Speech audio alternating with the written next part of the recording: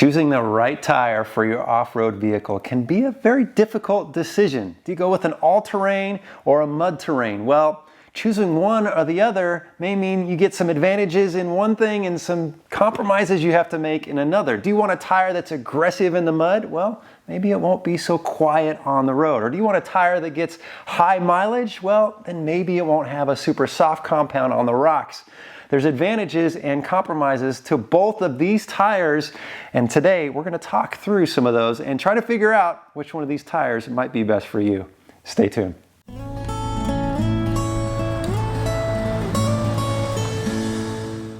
Welcome to TrailRecon, I'm Brad, and today we're going to talk about all-terrain and mud-terrain tires, some of the advantages and some of the compromises you're going to have to make with going with one versus the other. Upgrading your tires on your off-road vehicle is one of the most important upgrades you can do because that's what makes contact with not only the road, but the rocks, the mud, the dirt, the sand, and having a good tire is going to help you get through some of that difficult terrain. Plus, if you're on long drives to get to those trails, well, you want a tire that you're going to be happy with. And so there's a lot of things to think about when deciding between these two tires. Now, what I have here today is I have a BF Goodrich all-terrain, a KO2, and this tire is a 315 70R17. So it's almost a 35-inch tire. I took this off my wife's Jeep. And here I have a BFG mud terrain, and this is a 37 12.5 R17. So this is a 37-inch tire. So these tires are not apples to apples in size-wise. 37 is just a little bit bigger, but we do have the mud terrain and the all-terrain to kind of compare and contrast. There's a lot to think about. I love tires. I mean, the smell of a new rubber, getting them out on the trail and just putting them through their paces.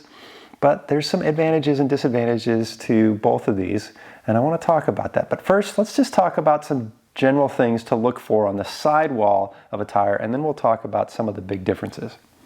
Now, I mentioned that these tires are two different sizes, but they're actually two different ways to measure tires. So this is a 315 70R17, which is a metric size, and it's almost a 35-inch tire. And there's some calculators online that you can go and see exactly what those measurements look like. But it's actually a little bit smaller and a little bit narrower than a 35 12.5 R17 would be. Now, this one is your standard size. This is a 37 12.5 R17.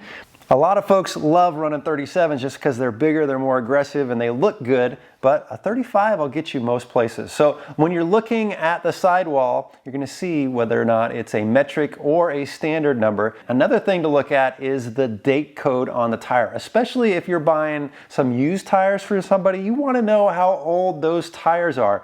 And what you're going to see is a 4-digit code. And so that code gives you, the first two numbers are the week of the year that was produced. I think this one was produced the 48th week, and this was produced the 50th week of the year.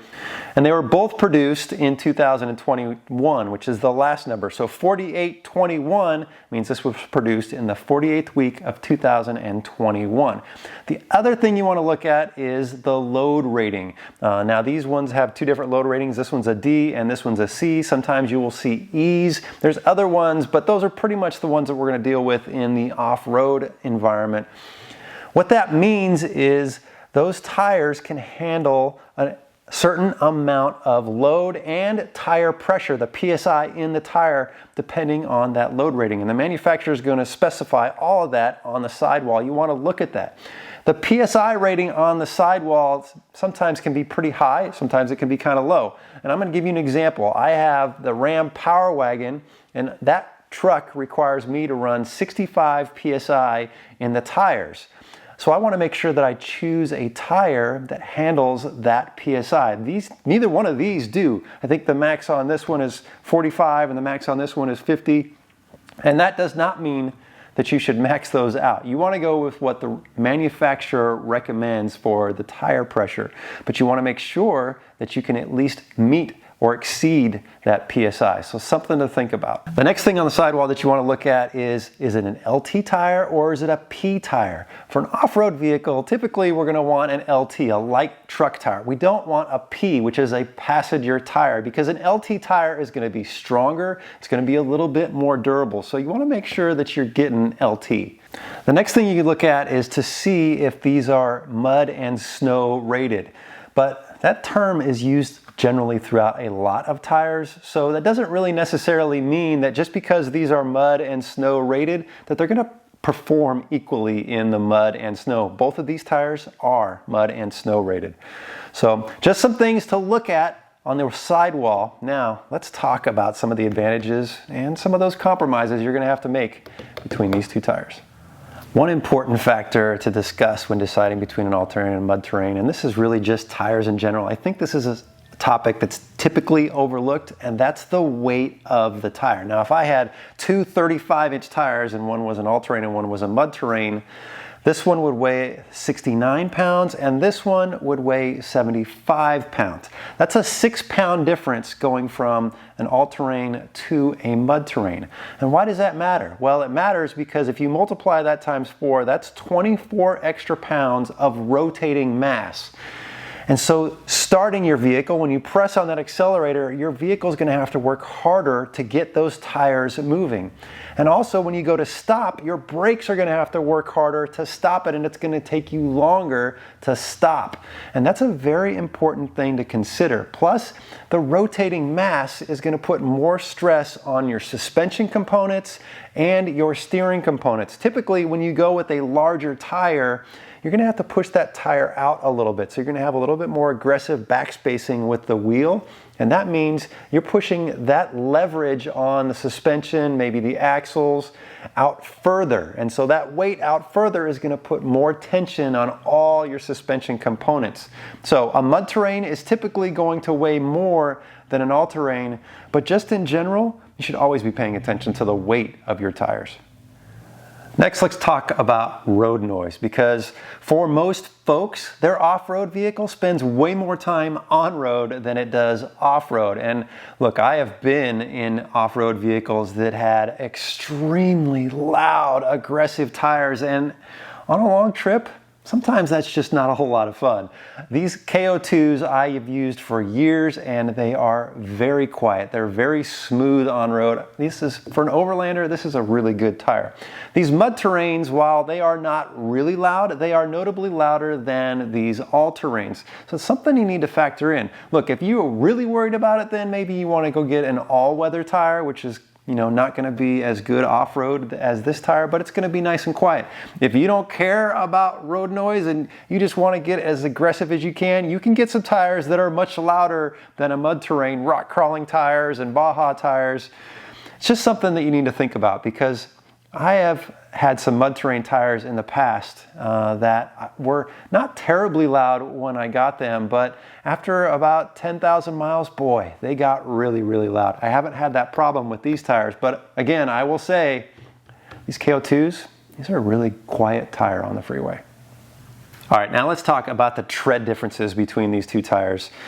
Obviously, just looking at them, they're significantly different. But, a mud terrain is meant to be like an off-road performance tire. It's designed to go off-road specifically and do it well. And so the tread pattern on here has big, chunky block patterns that are deeper than an all-terrain. So get yourself one of these little tire gauges, these tread depth gauges. These are nice to have because it'll let you know how much wear you've got in your tire. So on here, it's 18 30-seconds, and on the all-terrain, it's 15 30-seconds. So there are different tires have different tread depth, but that's something you want to pay attention to, because as the tire wears, you want to keep an eye on how much you have left, because while many manufacturers will recommend that you replace your tire when the tread depth reaches 3 30-seconds, when you're doing a lot of off-roading, you don't want to let it get that low. So get yourself one of these. Okay, so the tread pattern on here is way more aggressive. The blocks are thicker, they're more spread out, and that helps to expel mud better than an all-terrain, and it gives you that teeth to kind of grab on the rocks. All-terrains do a pretty good job in the mud and on the rocks. I've done it with both, but the mud terrain definitely does it better. Plus, you've just got more meat here, which is going to give you just better performance on the trail. So in addition to the tread pattern, there's also some differences in the rubber compound. So in this mud terrain, the rubber compound is softer, which is going to make it grippier and stickier when you're out on the trail. All terrains, however, do pretty good. I've had both of these tires in many different situations and they both perform very well, but there are some advantages to having this. But one of the things that you have to compromise is if you go with that better compound, that softer compound on the rocks, well, your mileage is not going to be as good. The life of the tire is going to be reduced. And so let me give you an example. So this tire has a 50,000 mile warranty because they know that this tire is going to last a long time.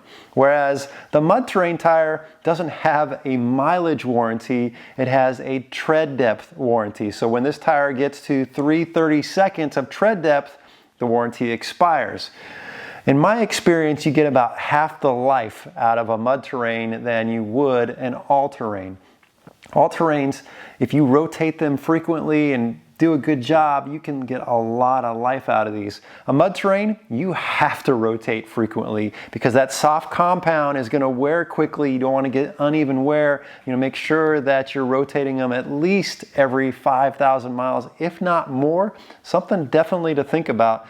And that's going to come down to cost later on. You're going to be buying mud terrains more often than you're going to be buying an all-terrain just because they wear faster. And so cost is a factor.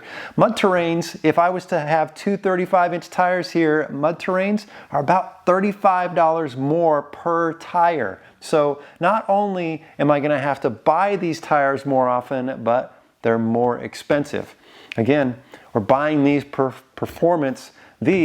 we're buying them for performance, but also for longevity and good road handling. So again, advantages, compromises, which one's better for you?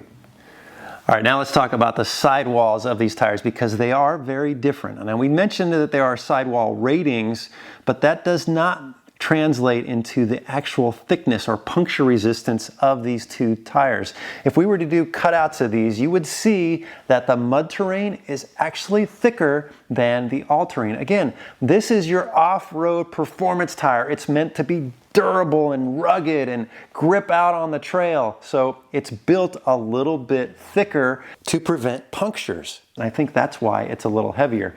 The sidewall on this tire is pretty good, but the mud terrain is going to win out. Now let's talk about how these tires stack up on different types of terrain. So in the mud, yes, the mud terrain is going to win out. All terrain is not awful. The mud terrain just does it better. What about in the sand? I'm going to say they're pretty equal. If you air down your tires in a sandy situation, both of these tires are going to perform very well. Airing down is the key. What about on the rocks?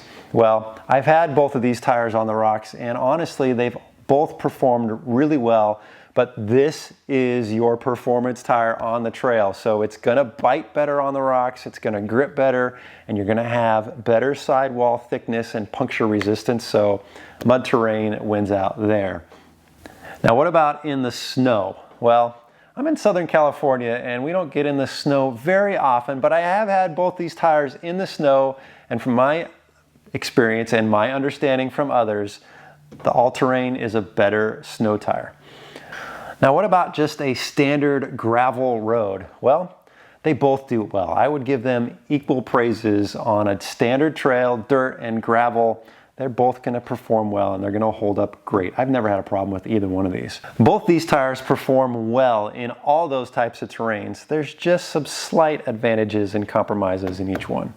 All right, we've covered quite a bit of information in this video already about some of the things to look for and some of the advantages and compromises you have to make about these tires. And we could probably go on and on and on and talk about tires for another hour. But at the end of the day, you have to decide which one of these is right for you. And so let me just share my opinion. So on my JK is on bigger axles, it's on 39s, it's made to just go get after it on the trail. I want the best performing off-road tire I can get. And so that's why I run a mud terrain on my JK. On my wife's Jeep, she spends most of the time on the road, running errands and going places, and then coming off-road occasionally, and that's where an all-terrain is perfect. If you're an overlander, you're going to be spending thousands and thousands of miles on the road and then venturing off the beaten path from time to time. I think all-terrain tire is the best choice because you're going to get a lot of life out of it, but you're still going to get some really good off-road performance. If you want to just go get after it and you don't care about road noise and longevity and cost of the tire, a mud terrain is great. I am running mud terrains on the 392. All-terrain would probably serve it better. Plus, when I step on the gas, just to get a little bit extra more get up and go, a little bit lighter tire, a little less rotating mass, this might be the better option, but sometimes aesthetics matter, and I like the look of a mud terrain tire, and so that's why I'm running mud terrains on the 392 for now. We may switch it up again later, but it's not an easy decision. You have to decide which is best for you. Hopefully, this conversation has helped you out just a little bit. If you've enjoyed this video, give it a thumbs up, guys. I don't ask for that very often, but this time, please hit that thumbs up button and make sure you check us out over at TrailRecon.com. Thanks for watching.